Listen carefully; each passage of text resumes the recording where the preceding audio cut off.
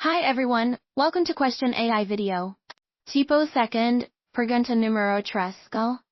Antes de realizar una reparación importante, los técnicos deben evacuar un aparato, o electrodoméstico, o componente que contenga más de 200 libras de air, fortenene. ¿Cuál de los siguientes niveles?